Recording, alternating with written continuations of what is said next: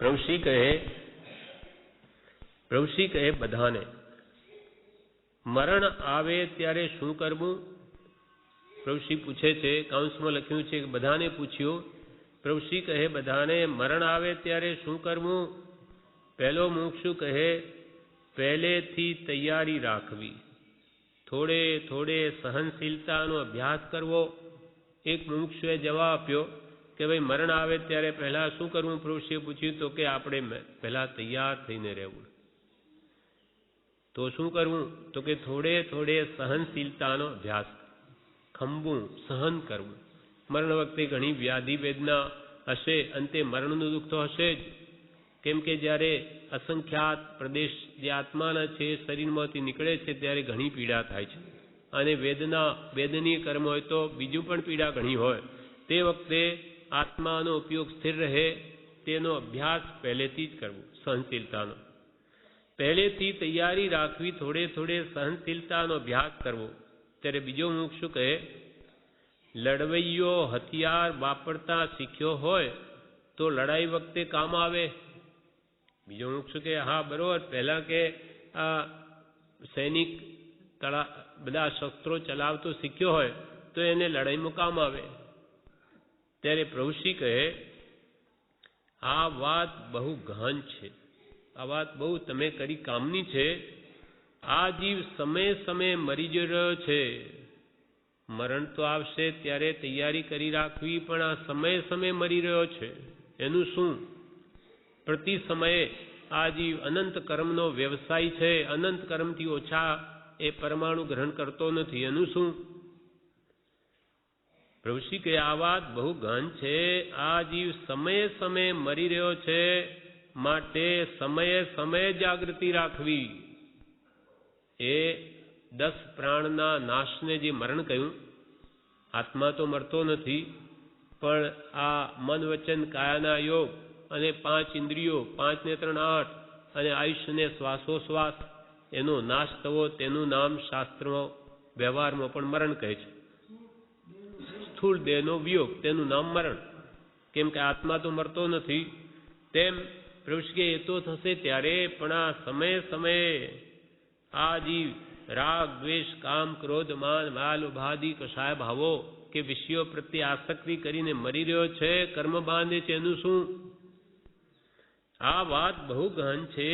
આ જીવ સમયે સમયે મરી રહ્યો છે, માટે સમયે સમયે જાગૃતિ રાખવી. એક સમયનો પણ પ્રમાદ ન કરવો. ભગવાન મહાવીર સ્વામીએ ગૌતમ સ્વામીને પણ એ જ કહ્યું હતું, સમયમ ગોયમ માપમા. હે ગોયમાં, એક સમય માત્રનો પણ પ્રમાદ ન કર. કેમ કે આ સમય સમયે જીવ આત્માના ગુણનો ઘાત કરે છે, મરી રહ્યો છે. એક સમયનો પણ પ્રમાદ ન કરવો.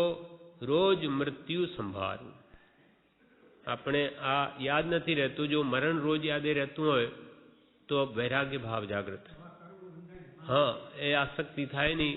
કાલે મરી જવાનું છે, આપણે ક્યાં નિશ્ચિત છે અહીંયા, એટલે સામો આસક્તિ કરીને રહીએ, કંઈક પાછો પડે.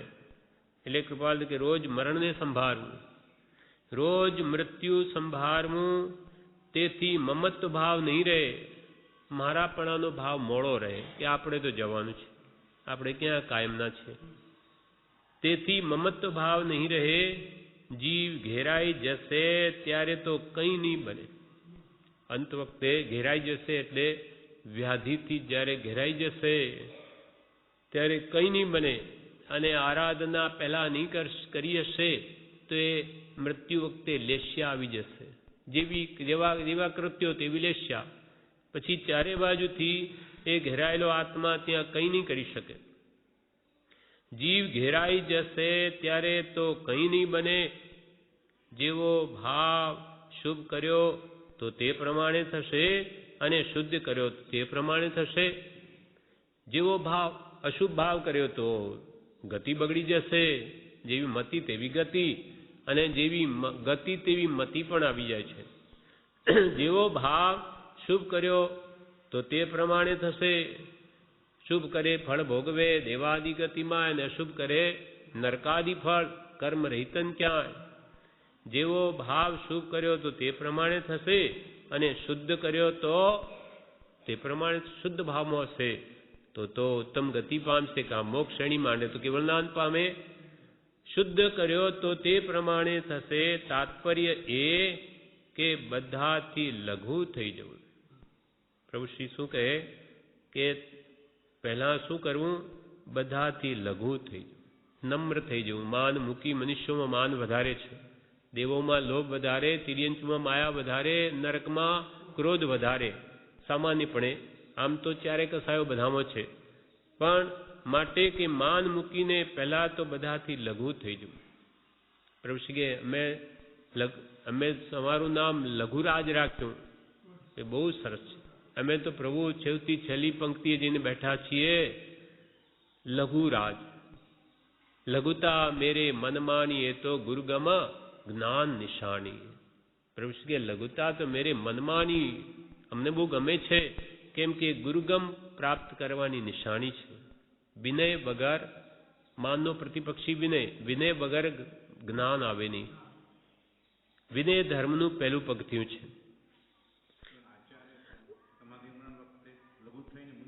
હા, આચાર્ય ભગવંત પણ જે હજારો જીવોના ઉપરી હોય, તીર્થંકર ન હોય ત્યારે એ સર્વોપરી છે ચતુર્વિધ સંઘના, તે પણ 12 વર્ષ પહેલા એમને જ્ઞાની છે, ખબર હોય કે 12 વર્ષ પછી મારો દેહ પડી જવાનો, એટલે એ પોતે સામાન્ય મુનિ બની જાય.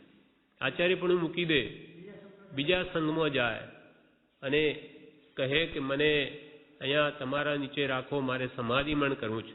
ત્યારે હા લઘુ થઈને રહે. પછી બીજા આચાર્ય એમના શિષ્યોને પૂછે કે ભાઈ આ સમાધિમણ કરવા માટે આવ્યા છે તો તમે બધા સેવા ચાકરી વગેરે કરશો? ત્યારે એ ના પાડે જ નહીં. મોટા ભાગે આ તો એક સમાધિમણ કરાવે તેનું પણ થાય, એટલે પછી ત્યાં એ રહે છે અને સામાન્ય મુનિ બનીને રહે. એટલે મોટાઈ મૂકી દે ત્યારે આવી સ્થિતિ થાય છે. અને સમાધિમણ કરે તેમાં પછી કંઈક કર્મના ઉદય, કંઈક પાછું ખાવા પીવા વગેરેની અંત વખતે પણ અનશન કર્યું હોય તો એમાં પછી ગુરુ કે ઉપાધ્યાય એમને પછી સ્થિર કરે છે. એમ કે છે કે આવા મોટા આચાર્યો પણ પોતાની મોટાઈ મૂકીને લઘુ બની જાય તો પ્રભુ શ્રી કે લઘુતા તો મેરે મનમાની, એ તો ગુરુગમ જ્ઞાન નિશાની. એ કે બધાથી પહેલું, એટલે પ્રભુ શ્રી કે તમારે હવે સમાધિમણ કરવું હોય શું કરવું? ત્યારે બધાએ તો કહ્યું સહનશીલતા રાખવી, કે હથિયાર લડાઈ કામ પાસ, હથિયાર શું? તો પ્રભુ શ્રી કે પહેલા તો બધાથી લઘુ બની જાઓ. હું કંઈ ન જાણું, હું સૌથી નાનો છું. એ કે બધાથી તાત્પર્ય એ કે બધાથી લઘુ થઈ જવું, વિનય કરવો. એ થાય કે સર્વનો વિનય કરવો. ટૂંકો રસ્તો વિનય, ટૂંકો રસ્તો વિનય, વિનયમાં બધું સમાય છે. નમ્યો તે પરમેશ્વરને ગમ્યો, વનો તો પ્રભુ કે વેરીને વશ કરે. વિનયમાં બધું સમાય છે. નમ્યો તે પરમેશ્વરને ગમ્યો. સહનશીલતા અને ક્ષમા એ મોટામાં મોટો ઉપાય છે. સમાય જ મોક્ષનો ભવ્ય દરવાજો છે. પ્રભુ શ્રી તો વારંવાર કે પ્રભુ ખમી ખૂંદો, એટલે સહન કરો, જે આવે તે સહન કરો. સહનશીલતા અને ક્ષમા એ મોટામાં મોટો ઉપાય છે. ગમે તે થાય પણ ભાવ ક્ષમાનો રાખો. ગમે તે થાય, બધાને સુખ દુઃખના પ્રસંગો તો આવશે જ. ગમે તે થાય પણ કોઈને બીજા ઉપર નિમિત્ત ન ઢોળી દેવું કે આણે મારું બગાડ્યું. એ તો નિમિત્ત છે, ખરેખર પોતાના કર્મોથી જ બગડે છે. એટલે કે ક્ષમા રાખવી. ગમે તે થાય પણ ક્ષમા, પણ ભાવ ક્ષમાનો રાખવો. સમકીર્તિનું લક્ષણ શું? પ્રભુશ્રીએ પૂછ્યું, સમકીર્તિનું લક્ષણ શું? પછી પોતે જ બોલ્યા, અવળાનું સવળું કરે. જે અવળાનું સવળું કરે, ગમે તેને ગાળ દે તો કે ઠીક થયું કે મારા આટલા કર્મ નિર્જરા, મારે તો કે સારું થયું, વિશેષ નિર્જરા થઈ, એને કંઈ પ્રાણથી તો નથી માર્યો. પ્રાણથી મારી દે તો કે એ મને મારા આત્માને થોડી મારી શકે, મારી પૂર્વભવની દેણદારી પતી ગઈ. આ જ્ઞાની પુરુષોને જે કંઈ પણ દુઃખ આવે તેને પણ સવળું લઈ લે, તે જ જ્ઞાનીનું લક્ષણ. સમકિતનું લક્ષણ શું? અવળાનું સવળું કરે, મારું તારું મૂકે તો સમકિત આવે. મારું તારું મૂકે તો સમકિત આવે. અહમ ભાવ, મમત્વ ભાવ નિવૃત્ત થવાને અર્થે જ્ઞાની પુરુષોએ આ 6 પદની દેશના પ્રકાશી છે. 6 પદની શ્રદ્ધામાં સમકિત રહ્યું. 6 પદમાં મુખ્ય વાત કૃપાલ કે હું પણ ને મારા પણ, આ કાઢવા માટે જ આ 6 પદ છે. હું તો આત્મા છું, દેહાદિ સ્વરૂપ નથી, દેહશ્રી પુત્રાદિ મારા નથી. શુદ્ધ ચૈતન્ય સ્વરૂપ અવિનાશી એવો હું આત્મા છું. એમ આત્મભાવના કરતા રાગ દ્વેષનો ક્ષય થાય. એમ પ્રભુશ્રીએ સમકિત લાવવું હોય તો આત્મભાવના લાવવી પડશે. મારું તારું મૂકે તો સમકિત આવે. સન્મુખ દ્રષ્ટિ જોઈએ, જ્ઞાની પુરુષની સન્મુખ દ્રષ્ટિ જોઈએ. એ કહે તે માન્ય કરવું જોઈએ. સન્મુખ દ્રષ્ટિ જોઈએ. સમકિતિ પાસે રાગ દ્વેષ જતા જ નથી. સમદિથી ન કરી પાવન. સમકિતિ પાસે રાગ દ્વેષ જતા જ નથી. કારણ તેની સમજણ ફરી ગઈ છે. તેની સમજણ ફરી ગઈ છે. તેને ઓળખાણ પડી ગઈ કે હું આત્મા છું ને શરીર આદિ બધું પર છે, સંયોગિક પદાર્થ અથવા આત્માથી પર. એના માટે હું શું કામ રાગદ્વેષ કરું? અને પોતાના આત્માનો જે અનંત સુખ છે આત્માનું, એ જેને વેદનમાં છે એટલે પર પદાર્થો તુચ્છ ભાષે છે. તેની સમજણ ફરી ગઈ છે, તેને ઓળખાણ પડી ગઈ છે. આડી વજ્રની ભીંત પડી ગઈ છે. વજ્રની ભીંત બાંધ બાંધે ત્યાં પેલી વજ્ર એટલે લોખંડ જાળાની શીટો મૂકીને જેને ત્યાં નહેરમાં પાણી વગેરે બંધ કરે, એમ વજ્રની જાણે ભીત પડી ગયો તો એક બાજુ તે બાજુનું પાણી ત્યાં, આ બાજુનું આ બાજુ, તેમ એની સાવ માન્યતા જ ફરી ગઈ. જે સંસારમાં સુખ બુદ્ધિ છે આપણી, એને હવે સંસારમાં સુખ બુદ્ધિ છે જ નહીં. સંસાર એમને હવે ભયંકર દુઃખરૂપ લાગે છે. હા, ખારો ઝેર જેવો લાગે. પોતા માટે કહ્યું.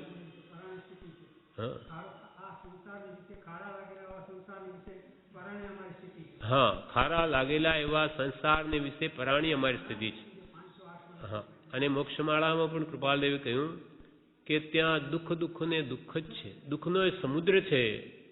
જ્ઞાનીઓ કે આ સંસારનું સુખ છે જ નહીં, અને ત્યાં આપણે શોધીએ છીએ છે જ નહીં તો ક્યાંથી મળે? એટલે બધા અંતે દુઃખ જ પામે છે, કંટાળે છે. ખરું સુખ તો જ્ઞાનીઓ કે આત્મામાં છે, એને કોઈક જ વિરલા જ મેળવે છે. તેમ તેની સમજણ ફરી ગઈ છે, તેને ઓળખાણ પડી ગઈ છે. આડી વજ્રની ભીંત પડી ગઈ છે. સમકિતિ પોતાના દોષને દોષ જુએ છે.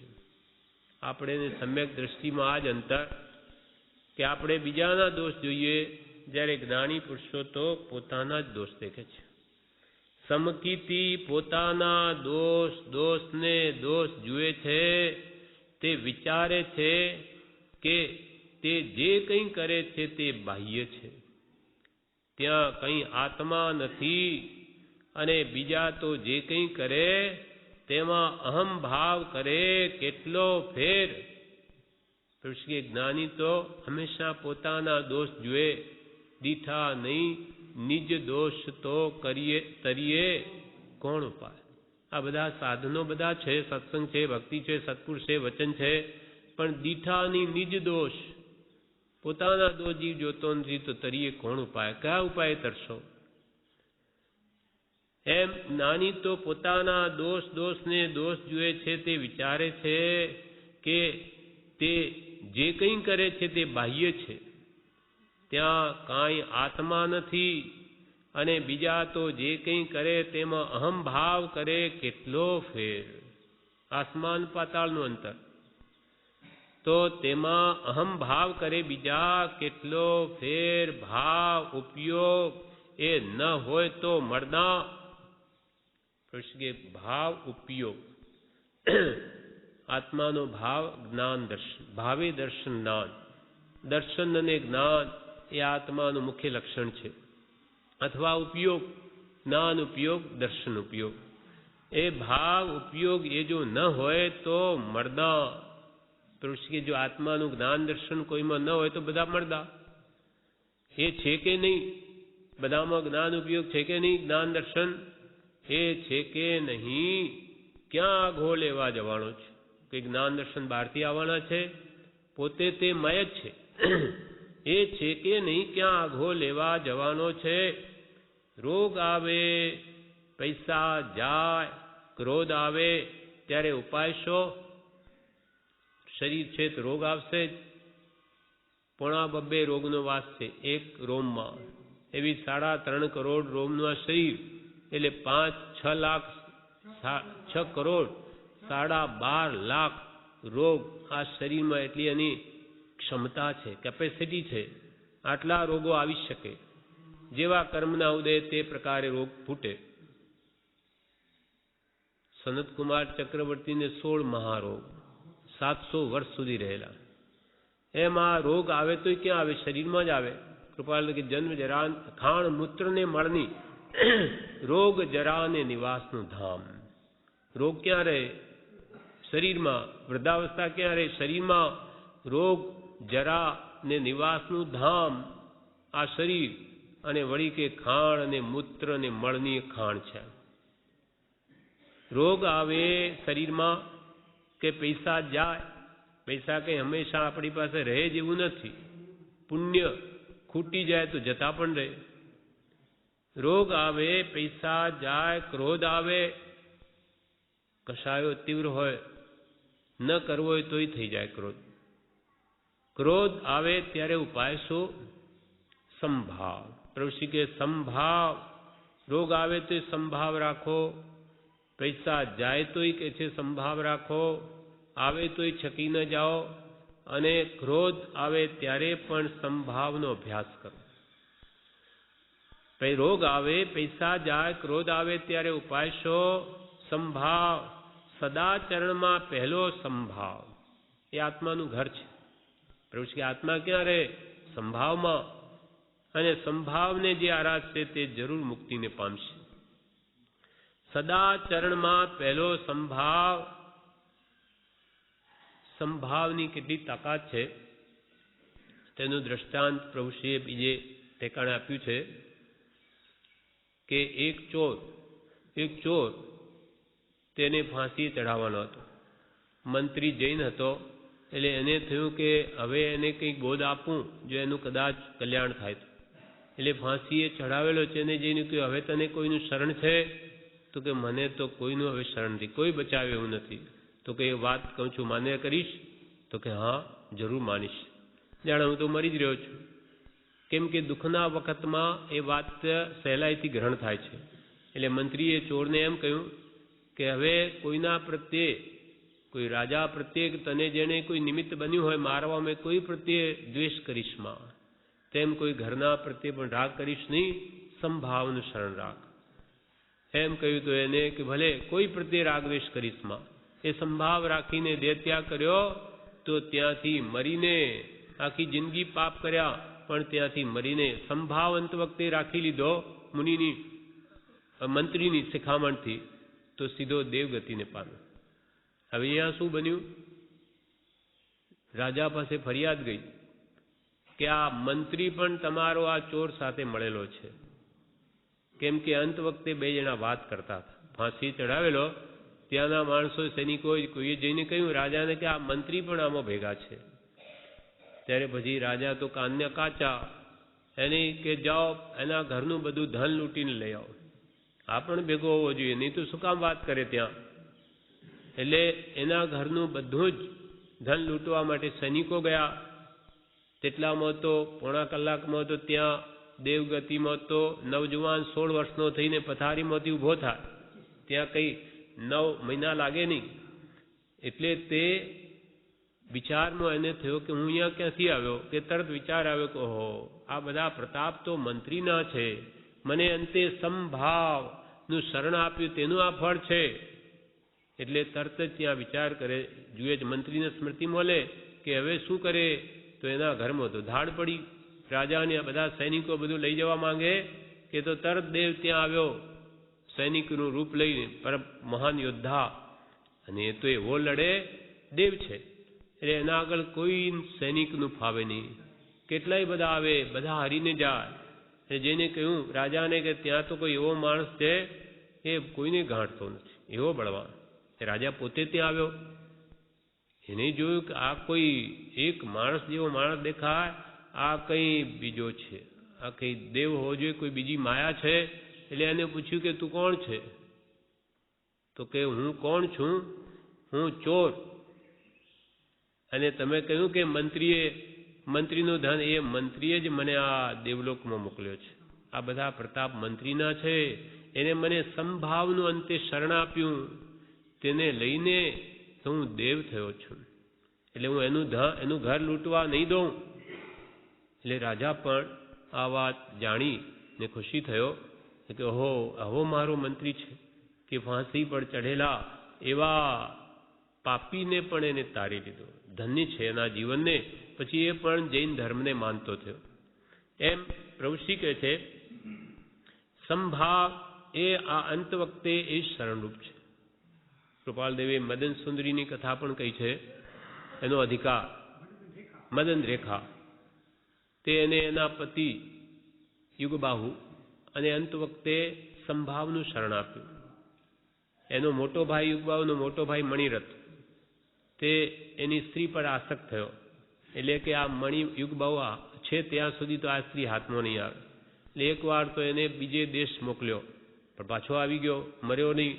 એટલે હવે તો એને હું મારી જ નાખું. બે જણા, મદન રેખા સતી હતી, એને યુગબાહુ બે બગીચામાં હતા. એટલે મણિરથ રાજા છે, મોટો ભાઈ છે, રાજા છે, એ આ યુવરાજ છે.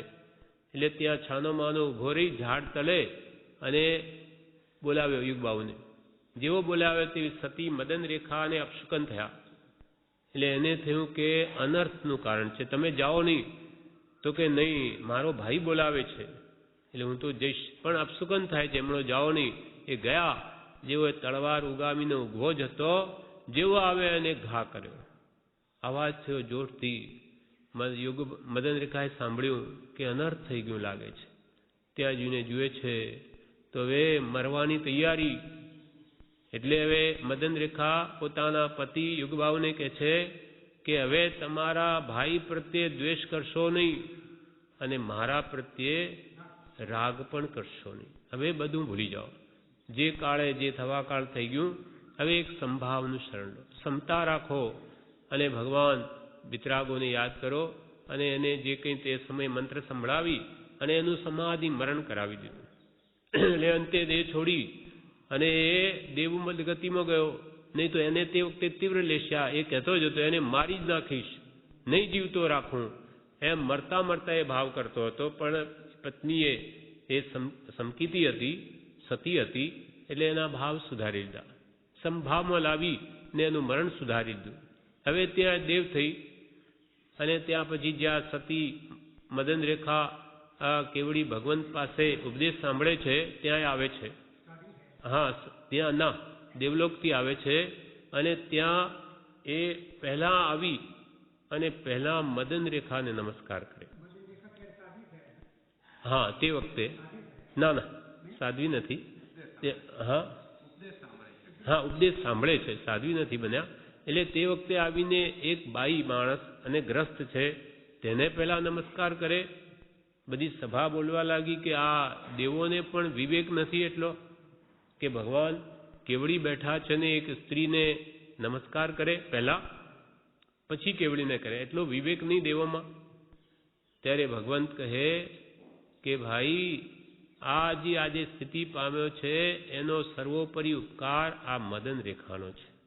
એને જો અંત વખતે સંભાવનું શરણ ના આપ્યું હોત તો એની દુર્ગતિ થાત, નરકમાં જાત, એવી લેશ્યા આવી ગયેલી. પણ એને બચાવ્યો છે. એટલે ઉપકારની અપેક્ષાએ એને પહેલા મદન રેખા જ વંદન કરવાયું છે. જેમ આપણને ઉપકારની અપેક્ષાએ ભગવાન તીર્થંકરો કરતા પણ કૃપાલદેવ કેમ? તો કે પ્રથમ નમો ગુરુરાજને કે જેણે આપ્યું જ્ઞાન, જ્ઞાને વીરને ઓળખ્યા ટળ્યું દેહમાં. એટલે ઉપકારની અપેક્ષાએ પહેલા ગુરુ અને પછી ભગવાન. કેમ કે પ્રત્યક્ષ સદગુરુ સમનહી પરોક્ષ જીન ઉપકાર અને એવો લક્ષ્ય થયા વિના ઉગે ન આત્મવિચાર. ઉપકારની અપેક્ષા. જેમ નમો અરિયંતાણ નમો સિદ્ધાણમ સિદ્ધ કરતા પણ અરિયંત વિશેષ ઉપકારી, એટલે પહેલા નમો અરિયંતાણ ને પછી નમો સિદ્ધ. એમ કૃપાલદેવે આ ભાવ એક પત્રમાં સ્પષ્ટ બતાવ્યો છે. વિશેષ આપણે આવતીકાલે. પાનું 485. ઋષિ કહે રોગ આવે પૈસા જાય ક્રોધ આવે ત્યારે ઉપાય શો? સંભાવ. રોગ આવે કે પૈસા જાય કે ક્રોધ આવે ત્યારે પણ સંભાવ રાખો તો નવા કર્મ ન બંધાય. સદાચરણમાં પહેલો સંભાવ. સદાચરણમાં પહેલો સંભાવ. તે પહેલા વિનય શ્રદ્ધા પ્રતીતિ આવવી જોઈએ. રુચિ જોઈશે. રુચિ હોય તો પટ પટ ખાવાનું ભાવે છે. સૌથી પહેલા વિનય જોઈશે, પછી શ્રદ્ધા જોઈશે. તે પહેલા સંભાવની પહેલા સંભાવ ક્યારે આવશે? તો કે આપણામાં વિનય હશે શ્રદ્ધા હશે તો. તે પહેલા વિનય શ્રદ્ધા પ્રતીતિ આવવી જોઈએ. રુચિ જોઈશે, તત્વ રુચિ જોઈશે. રુચિ હોય તો પટ પટ ખાવાનું ભાવે છે. ભૂખ હોય, રુચિ હોય તો આપણને ખાવાનું ભાવે, નહીં તો નહીં ભાવે. તેમ તત્વ જાણવાની રુચિ, સત્પુરુષનો બોધ જાણીને જીવનમાં ઉતારવાની કઈ રુચિ ભાવના જિજ્ઞાસા હોય તો જે કામ આવે. નહીં તો જ્ઞાનીઓ ગમે એટલું કહો આપણને કંઈ અસર નહીં થાય. એટલે પહેલા રુચિ જોઈશે કે મારે આત્મકલ્યાણ કરવું જ છે તો જ્ઞાની બતાવે એ ઉપાય ને આદર્શ છે. આત્મા છે ઓળખાણ જોઈએ, તેને પકડતા આવડવું જોઈએ. આત્મા તો છે જ, આપણે નહીં માનીએ તો પણ આત્મા તો છે જ. એ કંઈ મરી ન જાય અથવા ક્યાંય જાય નહીં. તું માન કે ન માન, આત્મા તો છે જ. આત્મા છે પણ ઓળખાણ જોઈએ, તેને પકડતા આવડવું જોઈએ. જ્ઞાન વિચાર. આત્મા કંઈ આ આંખે દેખાય નહીં, અરૂપી દ્રવ્ય છે, પણ એને સમ્યક જ્ઞાનના બળે એ આત્માને જાણી શકાય છે, ઓળખી શકાય છે, પછી માની શકાય છે. જેમ કે આ જાણ કરે કોણ, જોજો કરે કોણ? ભલે દેખાય નહીં પણ વિચાર કરે તો સમજાય કે જાણનાર તો આત્મા છે તો જ જણાય. ખાલી ખોપડી હોય મગજ એ તો ન જાણી શકે. આંખ હોય તો પણ એકલી ન જાણી શકે. એટલે જોનારી જ હોય છે બીજો. એમ વિચારે કરીને એ આત્માને ઓળખી શકાય છે. એટલે કૃપાલ કે બીજું કહીએ કેટલું કર, વિચાર તો પામ. આત્મા તો શુદ્ધ બુદ્ધ ચૈતન્ય ઘન છે, સ્વયં જ્યોતિ સ્વરૂપ છે, સુખધામ છે. પણ બીજું કહીએ કેટલું કર, વિચાર તો પામ. કાળ કહે છે કે હું બધે જઉં છું, ઇન્દ્રલોકમાં પણ જઉં છું, પણ સંભાવ આગળ મારું કંઈ ચાલતું નથી. કાળ મૃત્યુ એ કે હું બધે જઉં છું, ઇન્દ્રલોકમાં પણ જઉં છું. એનું આયુષ્ય પૂરું થઈ ઇન્દ્રને પણ મારી નાખવું એટલે કે એ પણ ચવી જાય, પણ સંભાવ આગળ મારું કંઈ ચાલતું નથી. સમતા ભાવે જે મરણને પણ ગણે નહીં એને કાળ કંઈ કરી શકતો નથી. એ તો સદા આનંદમાં જ રહે. એટલે પ્રભુશ્રી જેવા કહે પ્રભુ અમને તો મૃત્યુ મહોત્સવ છે, અમારે મરણ છે જ નહીં. એટલે કે મરણ તિથિએ જમણવાર થાય તો કે થાય, એને આત્માની તિથિ ગણવી મરણની નહીં. અમારે તો મૃત્યુ મહોત્સવ છે, અમારું મરણ છે જ નહીં. આત્માને મરણ ક્યાં છે પ્રભુ? એટલે અમે આત્મા છીએ એટલે અમારું મરણ છે જ નહીં. એટલે એ કાળ કે છે હું બધે જાઉં છું, ઇન્દ્રલોકમાં પણ જાઉં છું, પણ સંભાવ આગળ મારું કંઈ ચાલતું નથી. પ્રતિબંધ કરી બેસે છે, પૂતગલમાં ચોંટી પડે છે, દ્રષ્ટિમાં ઝેર છે. જ્ઞાન હોય ત્યાં વિષય કશાય હોય, કશાયથી તો તે જુદો પડ્યો. કશાય તે કર્મ છે તે તો પડ્યા છે, તેમાં આત્માને શું જ્ઞાનને શું? ઘણું ભણ્યો હોય, પૂર્વનું જ્ઞાન હોય પણ સમકિત ન પણ હોય. કૃપાલદેવ પ્રભુશ્રી કહે છે કે આ સંસારી જીવ પ્રતિબંધ કરી બેસે છે, જ્યાં ત્યાં રાગ દ્વેષ કરી મારાપણું કરી અને પ્રતિબંધ કરી બેસે, પૂતગલમાં ચોંટી પડે છે, પ્રતિબંધ કરી બેસે છે, પૂતગલમાં ચોંટી પડે છે, કેમ કે દ્રષ્ટિમાં ઝેર છે. આપણી પર્યાય દ્રષ્ટિ એટલે આપણે પૂતગલને પોતાનું માનીએ છીએ, કુટુંબને, ધનને, તેને લઈને પૂતગલમાં ચોંટી પડીએ છીએ, રાગ કરીએ છીએ અને બંધાઈએ છીએ. પણ જ્ઞાન હોય ત્યાં વિષય કસાય હોય? પ્રશ્ન વિરામ. પૃષ્કે પણ જ્યાં આત્માનું જ્ઞાન છે ત્યાં પાંચ ઇન્દ્રિયના વિષયો કે કષાયો પ્રત્યે પ્રીતિ હોય? ન હોય.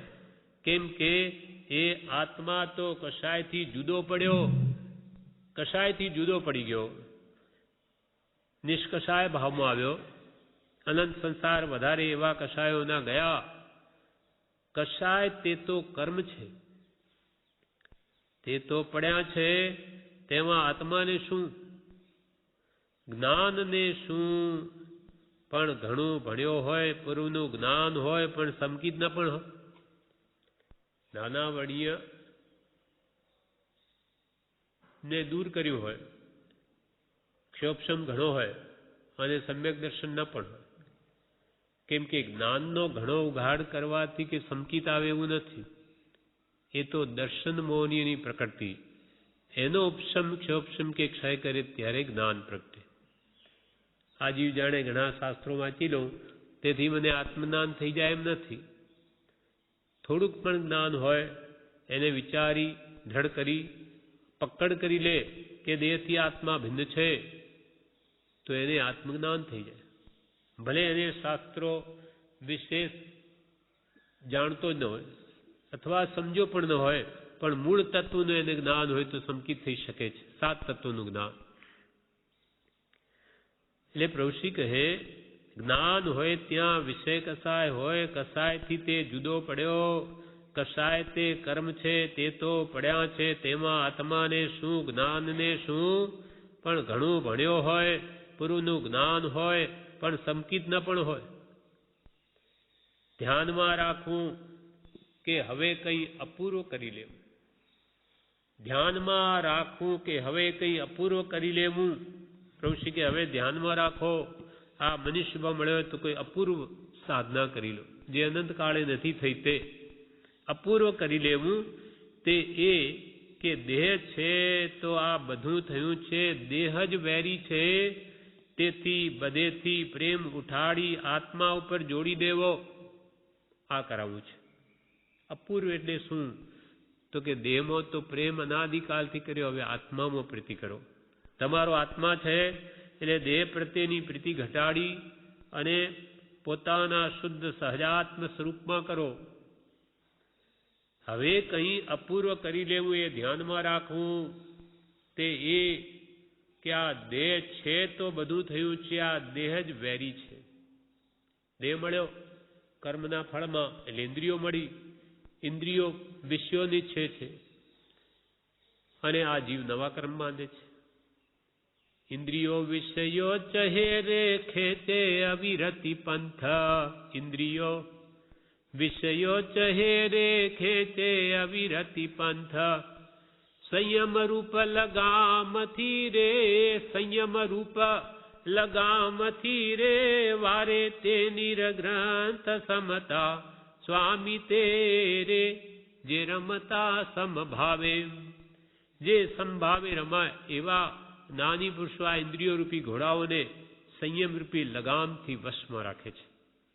બાકી ઇન્દ્રિયો તો પોતપોતાના વિષયોની છે અને અવિરતિ પંથમાં લઈ જાય, રાગ દ્વેષના માર્ગમાં ખેંચી જાય. ખેંચે અવિરતિ પંથ, પણ સંયમ રૂપ લગામથી રે વારે ઇન્દ્રિયોને, તે જ નિર્ગ્રંથ છે, તે જ ખરા મુનિ, તે જ ખરા સાધુ છે. એમ યા પ્રભુશ્રી કહે છે કે જ્ઞાનીઓને વિષય કસાય ન હોય અને તમારે ધ્યાન રાખવું કે અપૂર્વ કરવું. અપૂર્વ એ કરવું કે આ શરીરને વેરી માનવું, આ ઇન્દ્રિયોને શત્રુ માનવી અને બધેથી પ્રેમ ઉઠાડીને આત્મા ઉપર જોડી દેવો. લો સંભાવ સામાયિક કેવળ જ્ઞાન સુધીનું તેમાં છે. ક્ષમા અને આજ્ઞા પણ જોઈશે. તમે કે આ દેહભાવ છોડી દેહને વેરી માની ઇન્દ્રિયો વગેરેને અને આત્મા ઉપર જોડી દો તો એમાં બધું આવી ગયું. લો કે સંભાવ સામાયિક કેવળ જ્ઞાન સુધીનું તેમાં છે. જે દેહાધ્યાસ છોડે તો શું ન થાય? છૂટે દેહાધ્યાસ તો નહીં કરતા તું કર્મ, અને કરતા નથી તો નહીં ભોગતા તું તેહનો. એ જ ધર્મનો મર્મ. એ ધર્મથી મોક્ષ છે. તું છો મોક્ષ સ્વરૂપ, અનંત જ્ઞાન દર્શન. તું અવ્યા બાદ સ્વરૂપ, બાધા પીડા રહિત સ્વરૂપ, અનંત જ્ઞાન દર્શન વાળો તું છો. આ મર્મ દેહાધ્યાસ છોડે તો બધું સમજાઈ જાય, પણ આ દેહાધ્યાસ છોડવો જ મુશ્કેલ છે. એટલે પ્રભુ શ્રી કે લો સંભાવ સામાય કેવળ જ્ઞાન સુધીમાં આમાં આવી ગયું. દેહાધ્યાસ છોડીને સત્પુરુષ પ્રત્યે પ્રીતિ કરો. સત્પુરુષ શુદ્ધ આત્મા છે, ત્યાં બધેથી પ્રીતિ ઉટાડીને આત્મા પર કરો તો લો સંભાવ સામાય કેવળ જ્ઞાન સુધીનું બધું આવી ગયું. ક્ષમા અને આજ્ઞા પણ જોઈશે, સાથે ક્ષમાભાવ જોઈશે અને જ્ઞાની પુરુષની આજ્ઞા પ્રમાણે જ આરાધના જોઈશે, કેમ કે એને માર્ગનું ભાન નથી. રત્નકરણ શ્રાવકાચારમાંથી સમકિતના 8 અંગ, 12 ભાવના, સંલેખના વગેરે છપાવા જેવા છે. પ્રભુશ્રી આગળ આ રત્નકરણ શ્રાવકાચાર વંચાયો ત્યારે પ્રભુશ્રી એમ બોલ્યા કે આમાંના જે સમકિતના 8 અંગ છે, 12 ભાવનાઓ છે, સંલેખના જે સમાધિ માટે છે પાછળ અધિકાર, એ બધા છપાવા જેવા છે. પછી એ સમાધિ સોપાનમાં પ્રભુશ્રીની હયાતીમાં છપાઈ ગયું. પ્રભુશ્રીએ આ કહ્યું એટલે બ્રહ્મચારીજીએ આ વચન ઝીલી લીધા, અને પછી એમાંથી હિન્દીમાં હતું એ સત્સુખ અને આ રત્નકર શ્રાવકાચાર, તેમાંથી પછી એનો ગુજરાતી અનુવાદ કરીને આ સમાધિ સોપાન રૂપે જે પ્રભુશ્રીજી અધિકારો કયા તે એમાં લઈ અને છપાવી દીધો. એટલે પ્રભુશ્રી કહે છે રત્નકરણ શ્રાવકાચારમાંથી સમકિતના 8 અંગ, 12 ભાવના, સંલેખના વગેરે છપાવા જેવા છે. હાલના લોકોની મતિ થોડી, એટલે થોડામાં સમજાય તેવું તેમાં છે. થોડામાં ઘણી વાત સમજાઈ જાય એવું આ અમો છે રત્નકરણ શ્રાવકાચારમાં. હવે આપણા માટે સમાધિ સોપાન, એમાં પણ ઘણું જ સુંદર વર્ણન છે. એકવાર અવશ્ય વાંચવા જેવું છે. હાલના લોકોની મતિ થોડી, એટલે થોડામાં સમજાય તેવું તેમાં છે. એમાં મર્મની વાત પણ છે.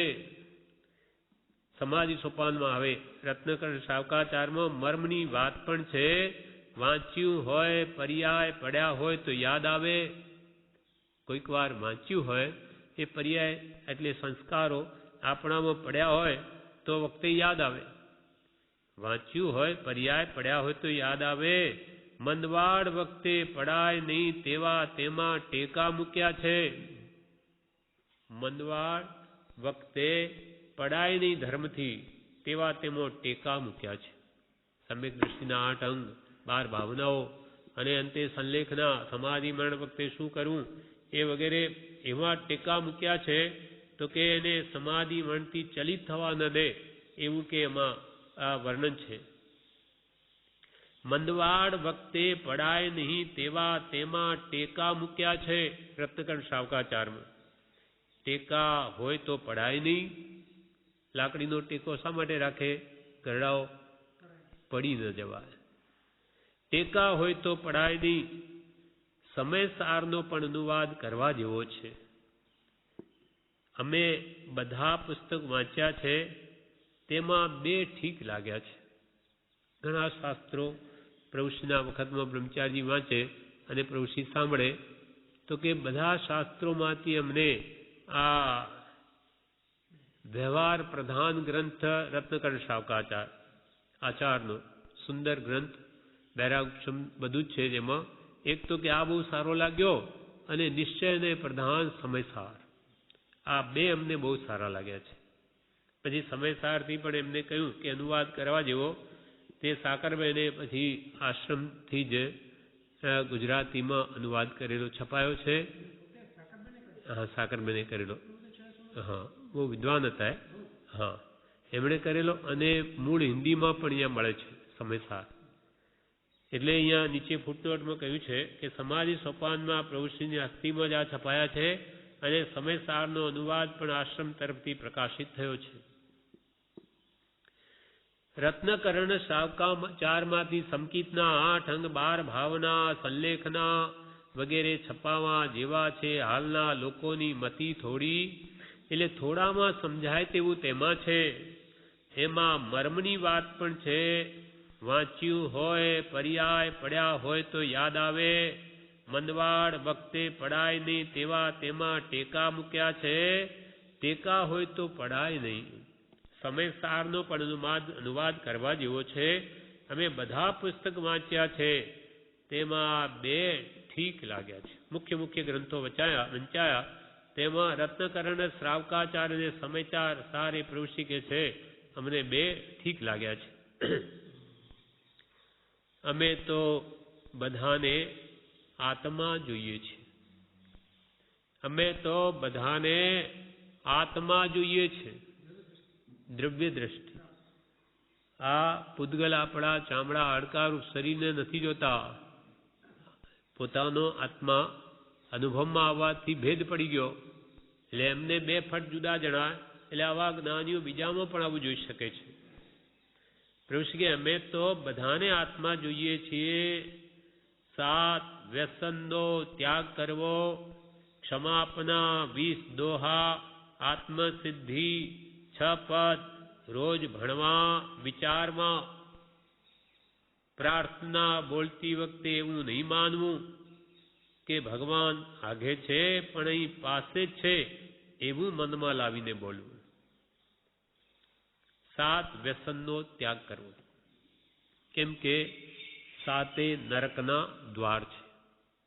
જ્ઞાની પુરુષોને આપણને નરકમાં જવા દેવા નથી. એટલે આપણને સમજાવી અને વ્યસનોનો ત્યાગ કરાવી દીધો. એટલે આપણી નરગતિ બંધ કરી દીધી. પુરુષ કે પ્રભુ ચરણ શરણ ધીરજ નથી, મરણ સુધીની છેક સુધી આ 7 વ્યસન 7 અભક્ષનો ત્યાગ કરી અને એટલી શ્રદ્ધાપૂર્વક 3 પાઠ માળાની આરાધના કરે તો પ્રભુ એની તીર્ય જ ગતિ નથી. અને દ્રઢ શ્રદ્ધા લઈને જાય તો 15 ભવે મોક્ષ પામે, સંકિતનો ચાંદલો થાય. પણ શ્રદ્ધાપૂર્વક આરાધના કરે તો, અને વિશેષ મંત્રની આરાધના કરી સ્વરૂપની દ્રઢતા કરે તો વહેલો પાર આવે. 15 ભવની જરૂર નથી, વહેલો પણ મુક્તિ મેળવી શકે.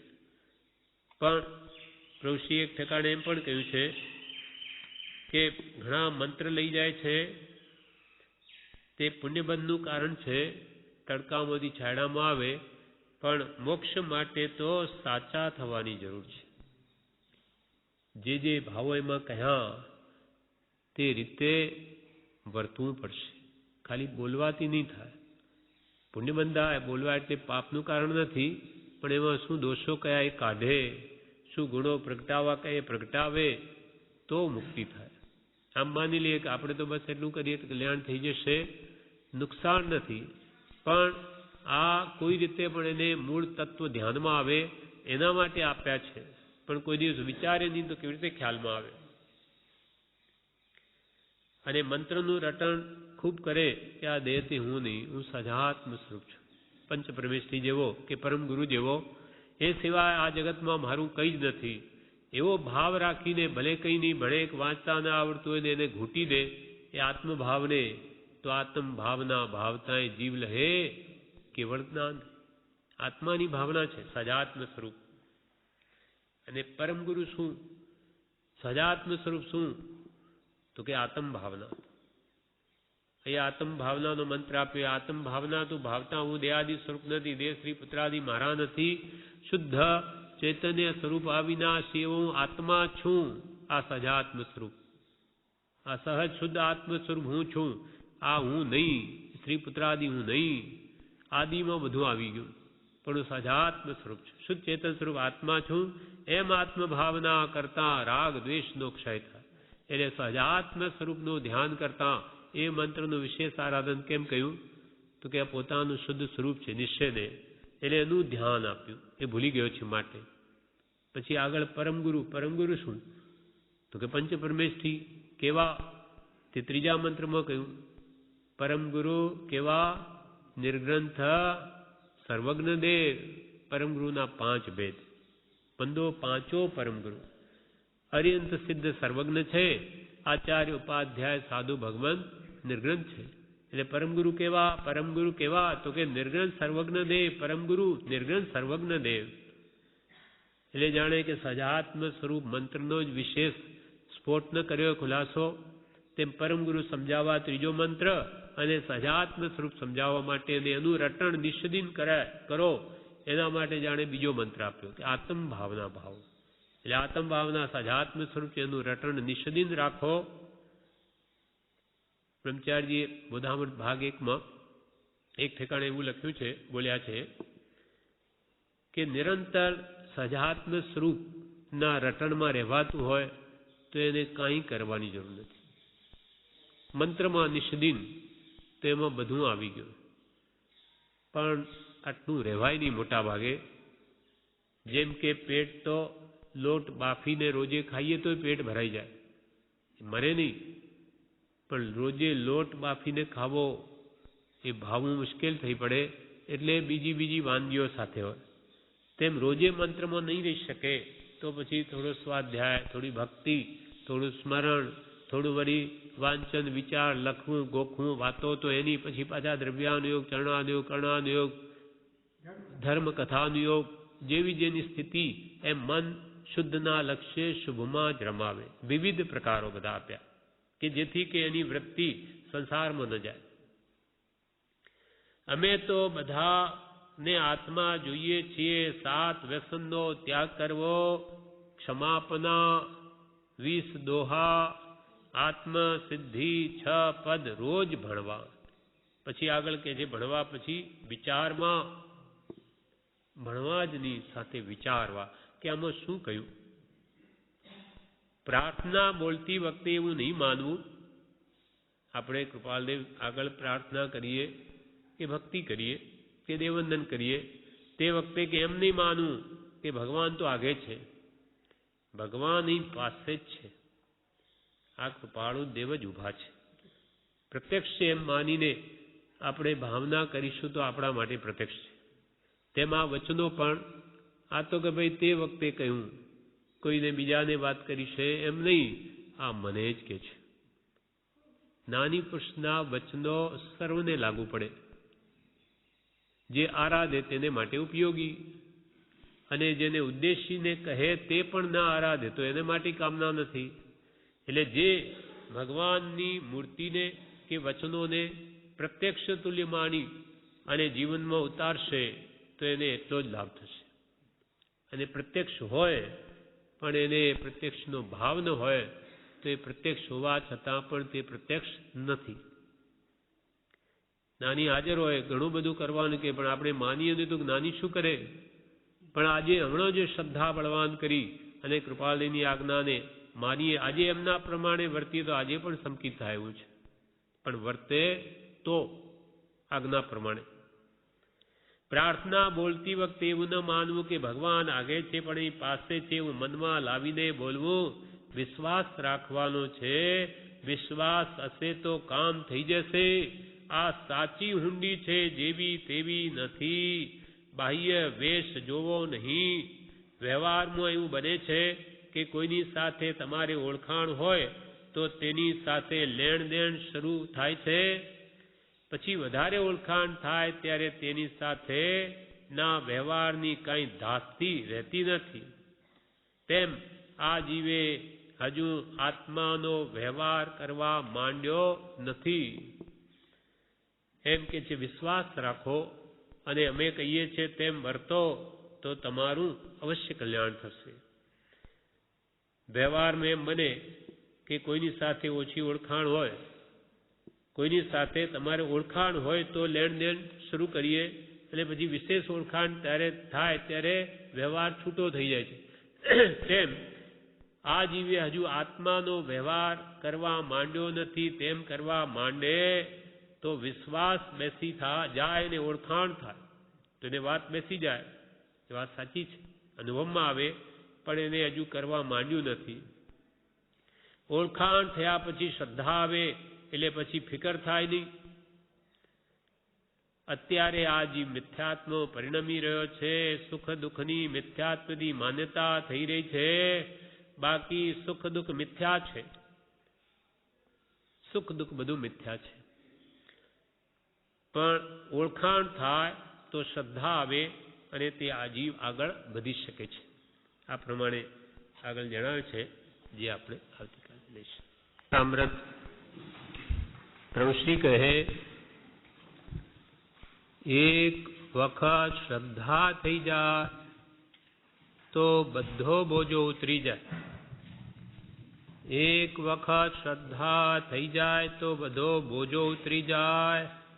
તાપ સખત પડતો હોય, માથે બોજો હોય, ત્રાસ થઈ રહ્યો હોય, તેવા માણસનો બોજો ઉતરી જાય અને તેને છાયામાં આનંદથી બેસવાનું સ્થાન મળે તો કેવી નિરાશ થાય.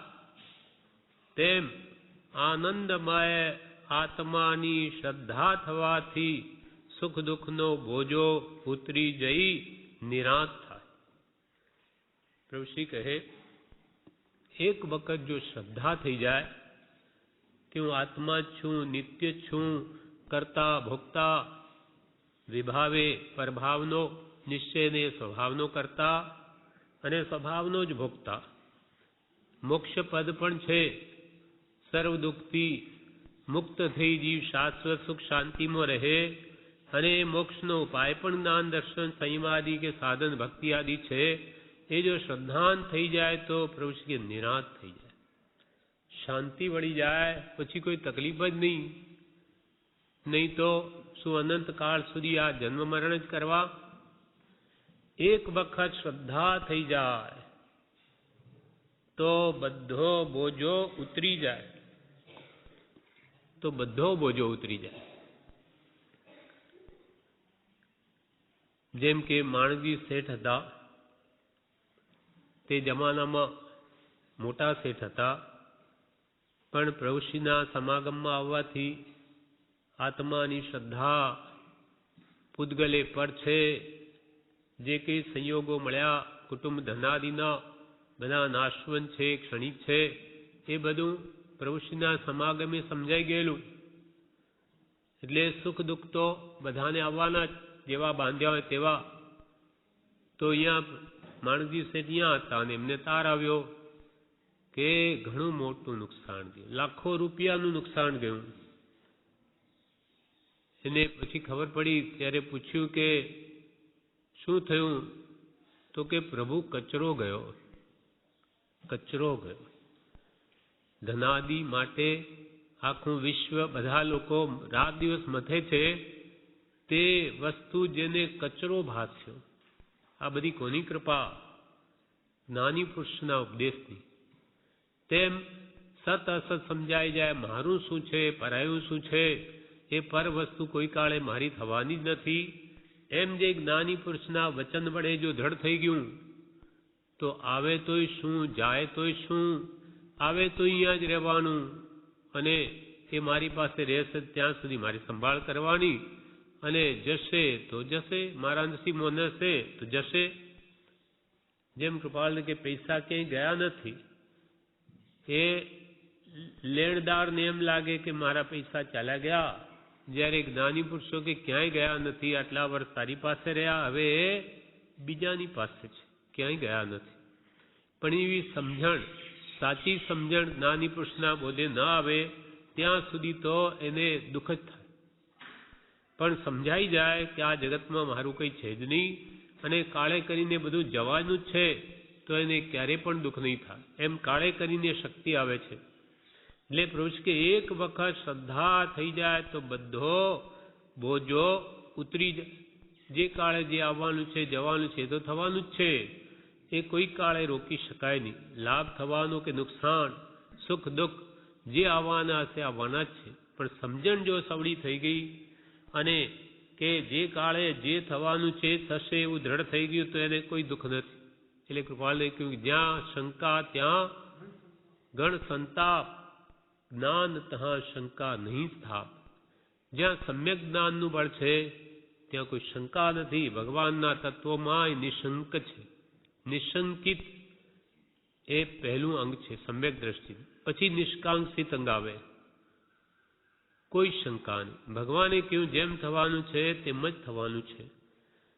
એમ પ્રભુ કે જો તમને બધાને આત્માની શ્રદ્ધા, તત્વોની શ્રદ્ધા, 6 પદની શ્રદ્ધા કે 7 તત્વોની શ્રદ્ધા થઈ જાય તો વ્યવહાર સમકિત થઈ ગયું. તત્વાર શ્રદ્ધાનમ સમ્યક દર્શનમ, તત્વોની શ્રદ્ધા એ સમકિત છે. એક વખત શ્રદ્ધા થઈ જાય તો બધો બોજો ઉતરી જાય. જોકે અનાદિકાલથી જીવને શ્રદ્ધા તો છે જ, શ્રદ્ધા વગરનો કોઈ જીવ છે જ નહીં. કેમ કે શ્રદ્ધા એ આત્માનો ગુણ છે. ગુણ ક્યાં રે? ગુણીમાં રહે તે શ્રદ્ધા ગુણ એવા, શ્રદ્ધા એવા ગુણી એવા આત્મામાં જ રહે. પણ એ શ્રદ્ધા નામનો ગુણ વિપરીત થઈ ગયેલો છે. શ્રદ્ધા તો આપણને છે પણ કોની શ્રદ્ધા? તો કે આ દેહ તે હું છું, આ શ્રદ્ધા છે. આ કુટુંબાદી મારા છે, આ શ્રદ્ધા છે. પણ આ વિપરીત શ્રદ્ધા છે. પોતાનું નથી અને પોતાનું માન્યું, પોતે જે રૂપ નથી તે રૂપ માન્યો. એટલે શ્રદ્ધા હોવા છતાં પણ નાની કે તારી શ્રદ્ધા મિથ્યા, ખોટી, જૂઠી, બસ આ જ બદલાવણ છે. બીજું કાંઈ કરવાનું નથી. શંકર ભગત અહીંયા હતા, રાત્રે મોક્ષમાળાનો પાઠ બોલતા ભક્તિમાં, ત્યારે એકવાર એમ કહે કે કરવાનું શું છે? આમ ફરી જવાનું છે. આમ માનતો આમ ફરી જા, છે શું? એટલે શ્રદ્ધા જે છે વિપરીત, એને સમ્યક કરી નાખ. માત્ર માન્યતા જ ફેરવવાની છે. તેમ પ્રભુશ્રી પણ આપણને એ જ કહે છે કે અહીંયા પ્રભુ કંઈ કરવાનું નથી, કંઈ ખાડા ખોદવાના નથી, કે માથે કંઈ વજન ઉપાડવું નથી. તારી મિથ્યા માન્યતાઓ મૂકી દે અને જેમ છે તેમ માની લે. પણ એ નથી થતું. એટલે પ્રભુ કે પ્રભુ શ્રદ્ધા પરમ દુર્લભા. આ શ્રદ્ધા જ પરમ દુર્લભ છે. અનાદિ કાળથી આ જીવને હજુ પોતાની શ્રદ્ધા નથી થઈ કે હું દેહથી ભિન્ન આત્મા છું. એક વખત પ્રભુ કે એક વખત જો શ્રદ્ધા થઈ જાય તો બધો બોજો ઉતરી જાય. જન્મ મરણનો બધો બોજો ઉતરી જાય. સમકિત થઈ ગયું પછી તો એનો 15 ભાવે મોક્ષ થઈ જશે. વ્યવહાર સમકિત પણ જેવું તેવું નથી. 551માં પત્રમાં ત્રણેય સમકિત બતાવ્યા. એમાં વ્યવહાર સમકિત પણ એટલું જ બળવાન છે. હા, 751માં, 500 ની 751માં પણ ત્રણેય સમકિત બતાવ્યા. એમ વ્યવહાર સમકિત પણ એટલું જ બળવાન છે. ભલે આત્માનો અનુભવ નહીં થયો હોય તો પણ એ પણ 15 ભોવે મોક્ષે લઈ જાય એવું છે. પણ દ્રઢ શ્રદ્ધા હોવી જોઈએ. મરતા સુધી, મરવાનો સમય આવે, મરણકાળે પણ એમ ન થાય કે હું મરી જાઉં છું. આપણા માટે કૃપાલદેવે કહ્યું, અથવા અનંતા તીર્થંકરે કહ્યું કે આત્મા અજર અમર છે, મરે જ નહીં. તો તે વખતે એવું શ્રદ્ધા દ્રઢ હોવું જોઈએ, હું મરતો જ નથી. પૂતગલનો જન્મ, પૂતગલનો નાશ, આત્મા તો ધ્રુવ છે. ઉત્પાદ વે દ્રવ્યમ સત, સદ્દ્રવ્ય લક્ષણમ. દ્રવ્યનું લક્ષણ જ સત છે. એટલે આત્મા તો સત છે, એનો ત્રિકાળમાં નાશ નથી. પૂતગલની પર્યા રૂપ આ જીવે પર્યાય ધારણ કર્યો આ દેહરૂપ, એનો નાશ થશે. 10 પ્રાણનો નાશ છે, આત્માનો નાશ નથી. એ જો શ્રદ્ધા થઈ જાય તો પછી ભય પણ શાનો? મૃત્યુનો ભય ટળી જાય. નમે મૃત્યુ કુતો ભીતિ. મરણ જ મને નથી તો વળી ભય શાનો? એક વખત શ્રદ્ધા થઈ જાય તો બધો બોજો ઉતરી જાય. તાપ સખત પડતો હોય, માથે બોજો હોય, ત્રાસ થઈ રહ્યો હોય, તેવા માણસનો બોજો ઉતરી જાય અને તેને છાયામાં આનંદથી બેસવાનું સ્થાન મળે તો કેવી નિરાંત થાય. માથે સખત તાપ પડતો હોય, ગરમી ખૂબ જેઠ મહિનાની, અને વળી બોજો ઉપાડેલો હોય, એવા માણસને કેટલો ત્રાસ પીડા જણાતી હોય. એવા માણસનો કોઈ બોજો ઉતારી દે, આ પ્રભુ શ્રી દ્રષ્ટાંતથી સમજાવે. અને છાયા નું સ્થાન મળે, ઝાડ નીચે બોજો ઉતરી ગયો, ઠંડક વળી, તો એને કે કેટલી નિરાંત થાય. તાપ સખત પડતો હોય, માથે બોજો હોય, ત્રાસ થઈ રહ્યો હોય, તેવા માણસનો બોજો ઉતરી જાય ને તેને છાયામાં આનંદથી બેસવાનું સ્થાન મળે તો કેવી નિરાંત થાય. તેમ આનંદમય આત્માની શ્રદ્ધા થવાથી સુખ દુઃખનો બોજો ઉતરી જઈ નિરાંત થાય. આનંદમય અનંત સુખનું ધામ એવો જે પોતાનો આત્મા, એની જો શ્રદ્ધા થઈ ગઈ તો આ સંસારના સુખ કે દુઃખ એ બધાનો બોજો ઉતરી જઈને એને નિરાંત વળી. આ તો કે કર્મનું સ્વરૂપ, સુખ કે દુઃખ, શાતા કે અશાતા, એ બધી જવાની છે. દ્રવ્ય બે છે, જડ ને ચેતન.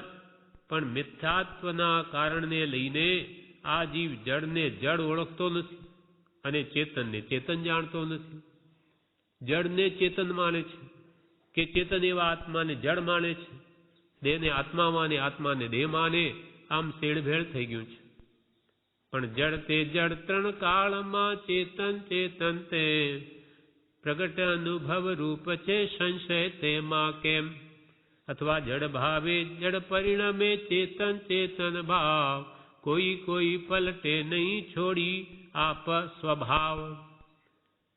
જડ ચેતનનો ભિન્ન છે કેવળ પ્રગટ સ્વભાવ, એક પણ પામે નહીં ત્રણે કાળ દ્વૈભાવ.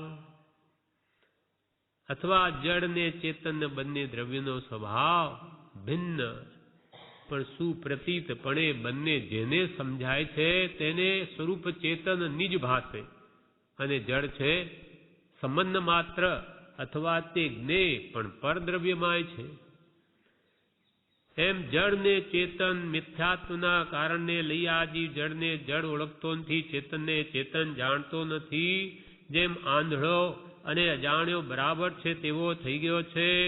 જે વસ્તુ જુએ છે તેને જડ રૂપે માનતો નથી, તેની પર્યાય બુદ્ધિ છે એટલે પર્યાય જુએ છે અને તેના નિમિત્તથી રાગ દ્વેષ થઈ જાય છે. પ્રભુ કે આંધળો ને અજાણ્યો બે બરાબર. આંધળાને કંઈ દેખાતું નથી, તેમ એને વાસ્તવિક સ્વરૂપનું ભાન નથી, માટે આ આંધળો. અજ્ઞાન તિમિરાંધાનમ, અજ્ઞાન રૂપી અંધકારમાં પડેલો આત્મા, એને પોતાના સ્વરૂપનું ભાન નથી. જેમ આંધળો અને અજાણ્યો બરાબર છે તેવો થઈ ગયો છે, જે વસ્તુ જુએ છે તેને જડ રૂપે માનતો નથી. કેમ કે આપણને જે દેખાય છે તે બધું જડ છે, પૂતગલ દ્રવ્ય છે, રૂપી, એ બધું જ જડ. ઋષિ કે જે વસ્તુ જુએ છે તેને જડ રૂપે માનતો નથી, તેની પર્યાય બુદ્ધિ છે, એટલે પર્યાય જુએ છે અને તેના નિમિત્તથી રાગદ્વેષ થઈ જાય છે. આ જીવ વસ્તુના પર્યાયને જુએ છે, અવસ્થાને, તેને માને છે, એનું રૂપ માને છે, વસ્તુનું સ્વરૂપ માને, એટલે એને તે પ્રત્યે રાગદ્વેષ થાય છે. દ્રવ્ય દ્રષ્ટિ થઈ નથી, આત્મજ્ઞાન વિના ટકતી નથી. વિચારે કરીને વિચારે પણ એ તો થોડી વારમાં જતું રહે, માટે પર્યાય દ્રષ્ટિ છે ત્યાં સુધી રાગદ્વેષ છે. આ પ્રમાણે ઉપદેશ સંગ્રહ 5મો પૂરો થયો. હવે ઉપદેશ સંગ્રહ 6. ઉપદેશ સંગ્રહ 6 જેઠવદ ત્રીજ.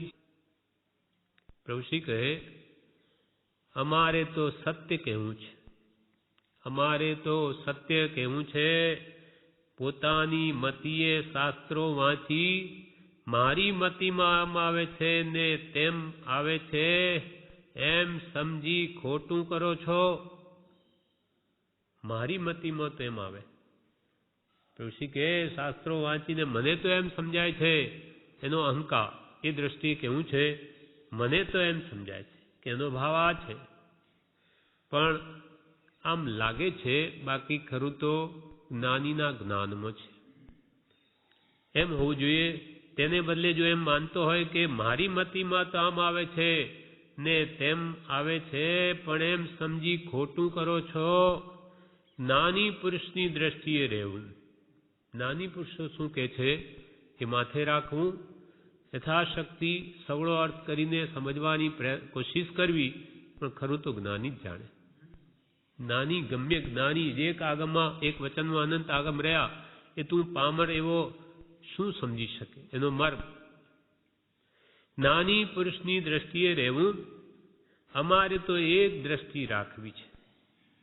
અમારે તો એક દ્રષ્ટિ રાખવી છે, રખાવવી છે, તેનાથી જરા પણ જુદા પડવું નથી.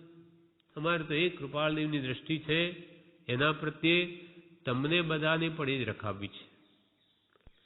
અમારે તો એક દ્રષ્ટિ રાખવી છે. પ્રભુ શ્રી કે અમારી તો એક જ દ્રષ્ટિ અમે રાખી છે ને રાખવી છે, અને તમારી પણ એ જ રખાવવી છે.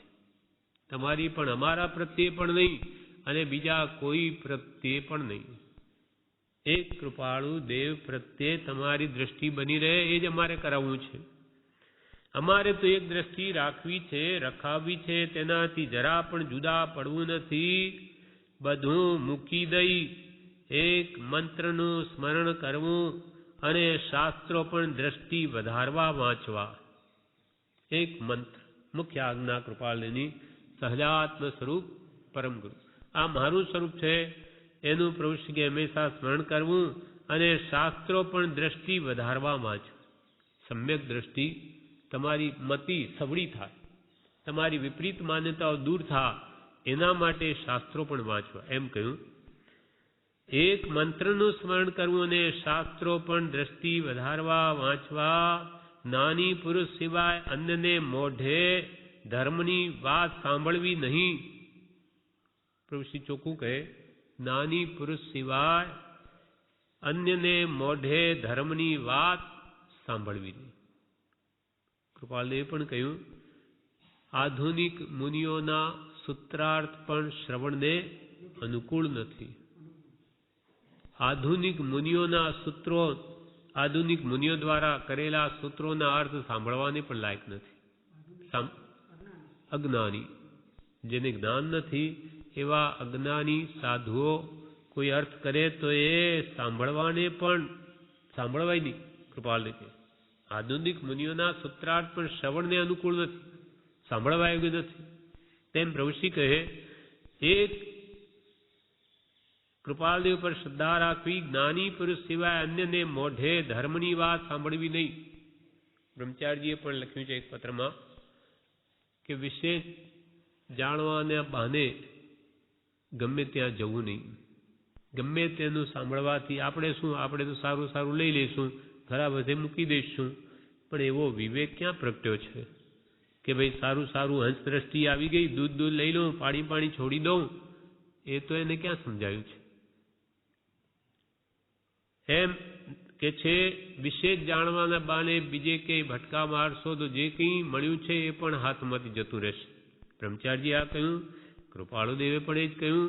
અને હવે પ્રભુશ્રી કહે છે કે નાની પુરુષ સિવાય, આત્મજ્ઞાનની સિવાય અન્યને મોઢે ધર્મની વાત સાંભળવી નહીં. કેમ કે એ પોતાના મતાગ્રહમાં એ વાણીને લઈ જશે, અને એ ધીમે ધીમે મીઠું ઝેર ક્યારે હૃદયમાં રેડાઈ જઈ અને કૃપાળદેવ પ્રત્યે પણ શ્રદ્ધા જતી રહી તો આપણે માંડ મેળવેલું બધું જ પાણીમાં જતું રહેશે, બધું ધોવાઈ જશે. અન્યને મોઢે ધર્મની વાત સાંભળવી નહીં. આમ બધે પ્રેમ વેરી નાખે છે, તેને બદલે એક ઉપર આવી જવું. પ્રભુ શ્રી સ્પષ્ટ કહે, આમ બધે પ્રેમ વેરી નાખે છે. પ્રેમ રીમની મૂડી છે એ બધે વેરી ન નાખતા એક પરમ કૃપાળુ દેવ માં જ રાખવી. સતીને એક જ પતિ હોય તેમજ એક જ ઠેકાણે પ્રીતિ દ્રઢ કરવી, એક જ ઠેકાણે ખાડો ખોદવો. 50 હાથ અહીંયા, 50, 60, 100 બીજે, એમ નહીં, 200, 500 હાથ ખોદો, એક જ ઠેકાણે ખોદો તો પાતાળ ફૂટે ને પાણી કદી નહીં ખૂટે. પણ અહીંયા 50, 100 કરતા બધી જ મહેનત ફોક જાય. તેમ એક સત્પુરુષને શોધી તેના ગમે તેવા વાક્યમાં પણ શ્રદ્ધા રાખો.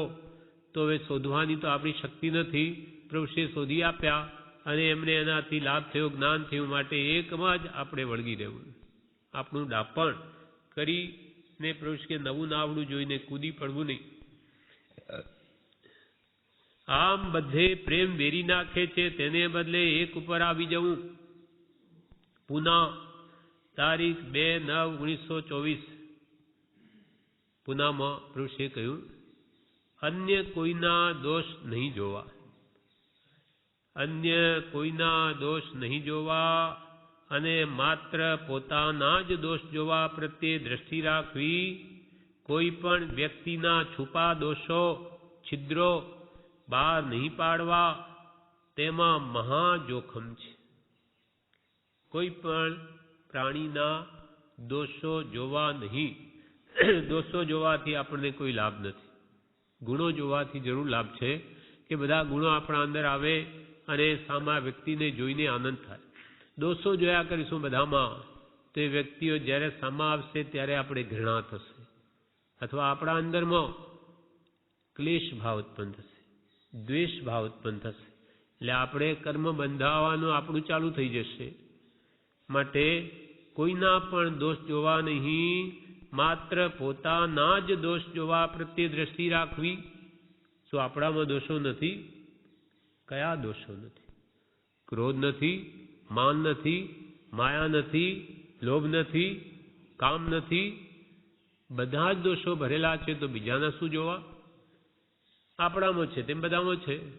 અને ભેંસના શિંગડા કે ભેંસને બારે તારે શું? ભેંસના શિંગડા આપણને નડે? એ બીજાના દોષ હતે તો એ કર્મ એને ભોગવાના, આપણે ક્યાં નડે છે? આપણે શું કામ પરપંચાયતમાં પડીને આપણે રાગ દ્વેષમાં જઈને કર્મ બાંધવા? અન્ય કોઈના દોષ નહીં જોવા અને માત્ર પોતાના જ દોષ જોવા પ્રત્યે દ્રષ્ટિ રાખવી, કોઈ પણ વ્યક્તિના છુપા દોષો છિદ્રો બહાર નહીં પાડવા, તેમાં મહા જોખમ છે. સમ્યક દ્રષ્ટિનું જેમ નિષ્કાંક્ષિત અંગ છે તેમ ઉપગુહન પણ એક અંગ છે. બીજાના દોષોને ઢાંકવા, સાધર્મી ભાઈના બહાર નહીં પાડવા, એમાં કોઈ હિત નથી. અને કોઈનો કોઈ દોષ હોય તો એને જઈને કહેવું જોઈએ કે ભાઈ આમ ન કરવું જોઈએ. એને 4 જણની વચ્ચે વાત કરવાથી શું લાભ? કોઈને ફાયદો નથી. દોષને ઢાંકી અને એનો દોષ કઢાવવો જોઈએ. પણ એની નિંદા કરવાથી એને પણ લાભ નથી, આપણને લાભ નથી અને ધર્મની પણ નિંદા થાય. માટે પ્રભુશ્રી કહે, કોઈ પણ વ્યક્તિના છુપા દોષો છિદ્રો બહાર નહીં પાડવા, તેમાં મહા જોખમ છે. હવે અહીંયા પ્રભુશ્રી દ્રષ્ટાંત આપે છે. કોઈ આચાર્યનો શિષ્ય એક બાઈના પ્રસંગમાં આવ્યો. પોતાને વિકાર થવાથી તે શિષ્યને પોતાની સાથે સંબંધ રાખવા તે બાઈએ માંગણી કરી, પણ શિષ્યના અડગ રહેવાથી બાઈને 2 આબરૂનો ભય થયો અને શિષ્યને કટારથી મારી નાખ્યો અને છુપી રીતે તેને જમીનમાં દાટી દીધો. આચાર્યને કોઈ રીતે શિષ્યનો પત્તો લાગ્યો નહીં. આચાર્યનો શિષ્ય કોઈ બાઈના એટલે શેઠાણીની પુત્રવધુ એના સંસર્ગમાં આવ્યો. એ બાઈએ પોતાની સાથે સંબંધ રાખવા માંગણી કરી. એ સાધુ પુરુષે ના પાડી. એટલે બાઈને લોકલાજનો ભય થયો. એટલે શિષ્યને કટારથી મારી નાખ્યો અને છુપી રીતે જમીનમાં દાટી દીધો. આચાર્યને શિષ્યનો પત્યો લાગ્યો નહીં. બાઈને પાછળથી પોતાના કાર્ય માટે પશ્ચાતાપ થયો. એટલે આચાર્ય પાસે પ્રાયશ્ચિત લેવા ગઈ. સમય ગયે પશ્ચાતાપ થાય કે અમારી ભૂલ થઈ. એટલે પછી આચાર્ય પાસે તે બાઈ પ્રાયશ્ચિત લેવા ગઈ. બાઈને બીજે દિવસે આવા આચાર્ય જણાવ્યું, કાલે આવજો. પછી આચાર્ય શું કર્યું? જે શેઠની વહુ હતી, સંઘવી હતા, એને બોલાવી લીધા અને પેટીમાં ઘાલી પોતાની પાસે રાખ્યા કે શિષ્યનો પત્તો લાગી ગયો છે, શિષ્યને મારનાર કોણ છે એ કાલે ખબર પડશે. એમ કરીને તે શેઠને એટલે જેણે આ પાપ કર્યું તેના જ સસરા ને પેટીમાં ત્યાં રાખ્યા. હવે શું કર્યું? શિષ્યનો પત્તો લાગવાનો પ્રસંગ આવ્યો છે એમ કહી બીજે દિવસે બાઈના આવવા વખતે આચાર્યે સંઘવીને આવવા જણાવ્યું.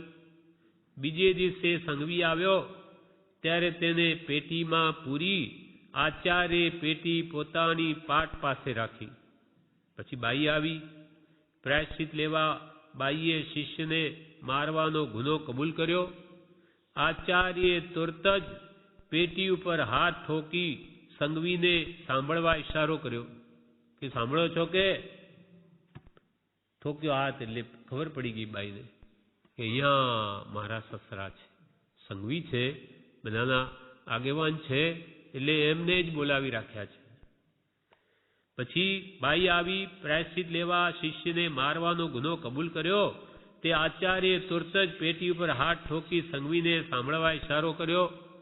સંઘવી પોતાનો સસરો ત્યાં હોવાની શંકા બાઈને થવાથી તે શરમાઈને ચાલી ગઈ.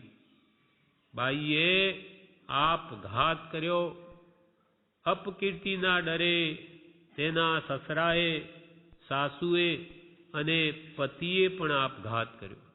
આમ બધાના આપઘાતનું પાપ આચાર્યને શિરે આવી પડ્યું, એટલે આચાર્યે પણ આપઘાત કર્યો. અન્યના છિદ્રો પાડવામાં આ પ્રમાણે મહાજોખમ છે. આ પ્રમાણે બીજાના કોઈના દોષો બહાર પાડવામાં કેટલું મોટું જોખમ છે. લાભ કંઈ જ નથી. સાધર્મી ભાઈ પ્રત્યે પ્રેમ હોય તો એને પર્સનલ વ્યક્તિગત મળીને એને સુધારવાનો આપણો લક્ષ્ય હોવો જોઈએ. એની ચારમાં વાતો કરીને નિંદા કરવાથી કંઈ ન મળે. કાલે આપણો પણ કોઈ દોષ થાય અને ચારની વચ્ચે આપણી નિંદા કરે તો આપણને કેવું લાગે?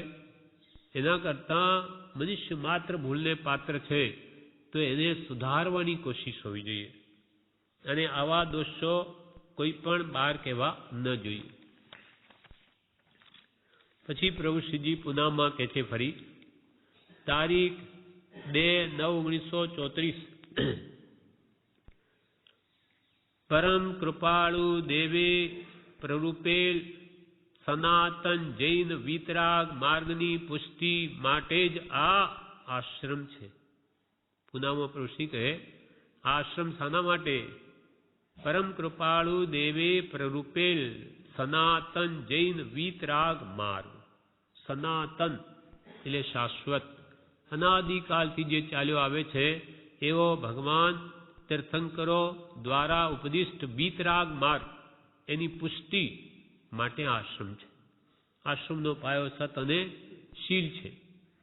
પરમ કૃપાળુ દેવે પ્રરૂપેલ સનાતન જૈન વિતરાગ માર્ગની પુષ્ટિ માટે જ આશ્રમ છે.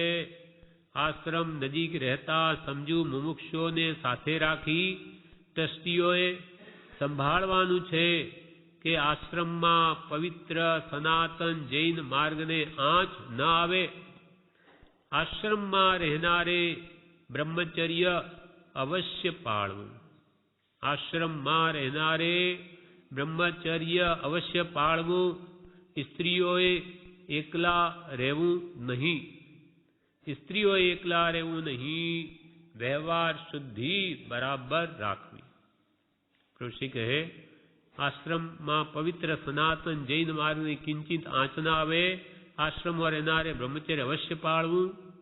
અહીંયા આશ્રમનો નિયમ છે. આ સ્ત્રીઓ એકલા રહેવું નહીં. વ્યવહાર શુદ્ધિ બરાબર પાળવી. વ્યવહાર શુદ્ધિ ન હોય તો પરમાર્થ શુદ્ધિ ક્યાંથી થાય?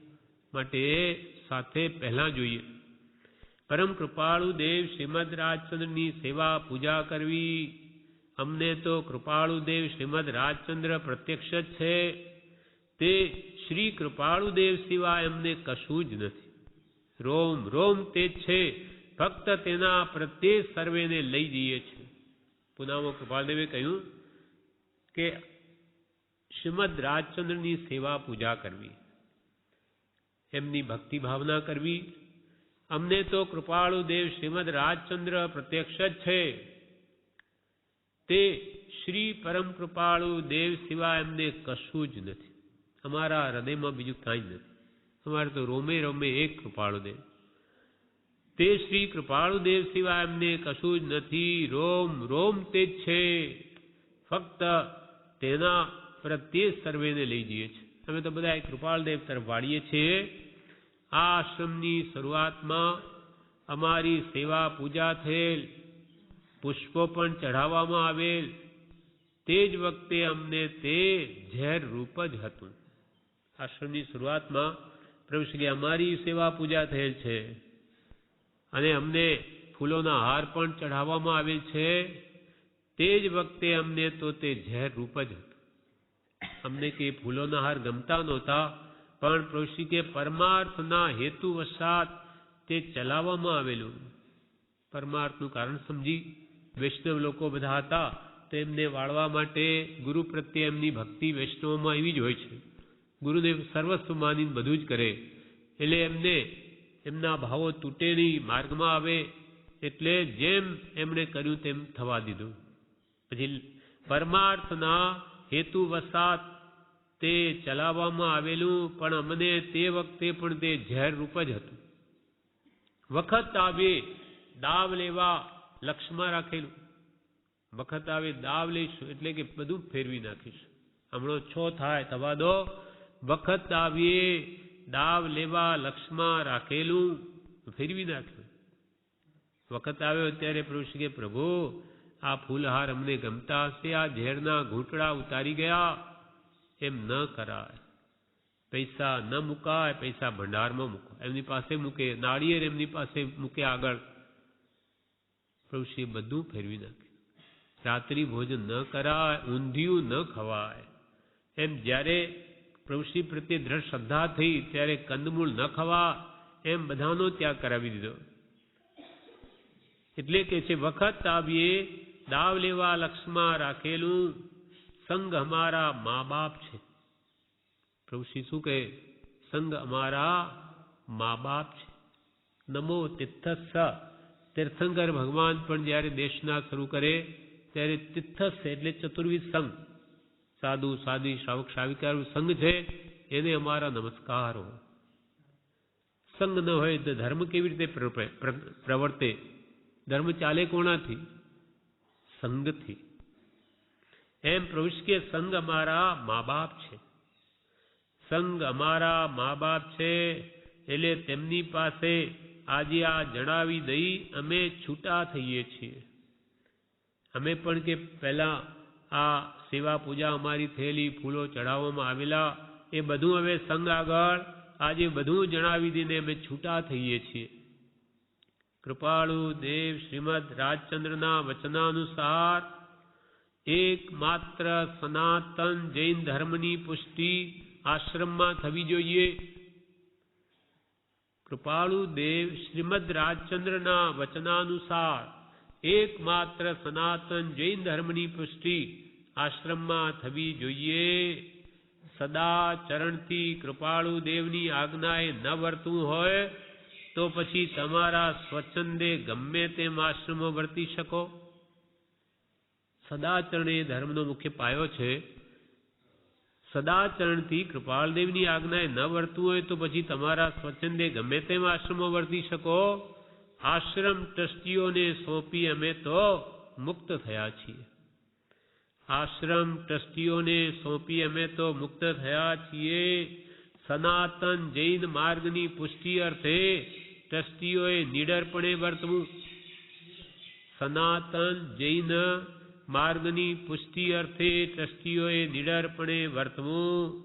કોઈનું પણ અસત વર્તન ચલાવી લેવું નહીં. કોઈનું પણ અસત વર્તન ચલાવી લેવું નહીં.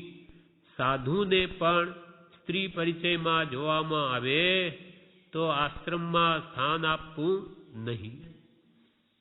સાધુ હોય અને એ પણ સ્ત્રીઓને બેસાડીને ઉપદેશ આપીને લાગે કે સંસર્ગ સમાગમ વધારે વધારી અને કંઈક બીજું થાય છે તો કે છે એ પણ ચલાવી લેવું નહીં. સાધુને પણ સ્ત્રી પરિચયમાં જોવામાં આવે તો આશ્રમમાં સ્થાન આપવું નહીં. અમારા દોષ પણ સંઘે અમને જણાવવા. ઋષિ શું કહે? અમારા દોષ પણ સંઘે અમને જણાવવા. સંઘ અમારા મા બાપ કહ્યું પહેલા. અમારા દોષ પણ સંઘે અમને જણાવવા.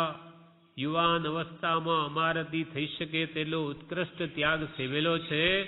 વૃદ્ધાવસ્થાને લીધે કોઈ અપવાદ લીધેલ છે, પણ તેને વાસ્તે અમને પશ્ચાતાપ જ છે. વૃદ્ધાવસ્થા આવી એટલે થોડી છૂટછાટ લીધી છે, પણ એમને એથી કરીને અમને એનો પસ્તાપો જ છે. વૃદ્ધાવસ્થા યુવાન અવસ્થામાં અમારાથી થઈ શકે તેટલો ઉત્કૃષ્ટ ત્યાગ સેવેલો છે. વૃદ્ધાવસ્થાને લીધે કોઈ અપવાદ લીધેલ છે, પણ તેને વાસ્તે અમને પશ્ચાતાપ જ છે. આ વ્યવસ્થા કરી હવે અમે એકાંત સેવવા માંગીએ છીએ. શ્રી સંઘને વિનંતી છે કે અમારી આજ્ઞા મળ્યા સિવાય કોઈએ અમારા સમાગમે આવવું નહીં. કે હવે અમે ટ્રસ્ટીઓને આશ્રમ સોંપી દીધું, હવે અમે એકાંત સેવવા માંગીએ છીએ. માટે સંઘને વિનંતી છે કે અમારી આજ્ઞા મળ્યા સિવાય કોઈએ અમારા સમાગમે આવવું નહીં.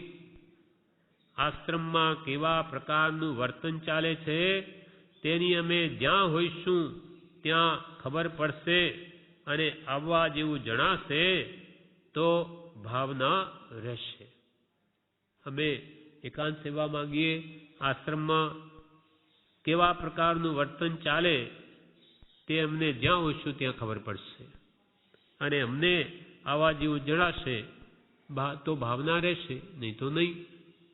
એટલે કેટલા નિષ્પ્રહ છે. જેના નિમિત્તે આખું આશ્રમ બન્યું એ આખું સોંપી દીધું ટ્રસ્ટીઓને. અમારે કાંઈ લેવા દે, અમારે કોઈ છે જ નહીં. અહીંયા જો અજ્ઞાની હોય મઠાધિપતિ તો છોડે જ નહીં, બીજાને કાઢી મૂકે પણ પોતે નહીં જાય. પણ આ મહાપુરુષોને જ્યાં મારા ઉપર મમત્વ ભાવ જ નથી, એટલે કે બસ હવે સોંપી દીધું, અમે અમારે એકાંતમાં રહીશું, અમને ઠીક લાગે છે તે આવીશું, નહીં તો ન પણ આવીએ. આવા નિષ્પ્રહ પુરુષો કે હા અપ્રતિબદ્ધ વિહારી, કોઈ પ્રતિબંધ નથી, સ્થાનનો ક્ષેત્રનો કંઈ નહીં, અને મનાવા પૂજાની પણ તેની કામના અંતે આશ્રમનું નામ પણ પહેલાં જ ફેરવાવી દીધેલું કે આ આશ્રમ તો અમારા ગુરુના નામે શોભે, અમારા નામે નહીં. એટલે કાઢી નાખ્યું, પાટિયું કૃપાલના નામે મૂકી દીધું. આ સાચા જ્ઞાની પુરુષના લક્ષણ છે કે જેને અહમ મમત્વ ભાવ નથી, આશ્રમ મારું છે એવો ભાવ નથી, અથવા કોઈ પણ પ્રકારનો મોહ મમત્વ ભાવ નથી, અને આશ્રમ અને મનાવા પૂજાવાની પણ ઈચ્છા નથી. એના પ્રત્યક્ષ લક્ષણો આપણે સ્પષ્ટ દેખાય છે. તો આવા સત્પુરુષ જેને આવી દશા પ્રાપ્ત થઈ તેનું કારણ પણ પરમ કૃપાળુ દેવ છે. એવા પરમ કૃપાળુ દેવને તમે પણ ભજો તો કે તમારું પણ કલ્યાણ થશે. આ પ્રમાણે વિશેષ જણાવે છે જે આપણે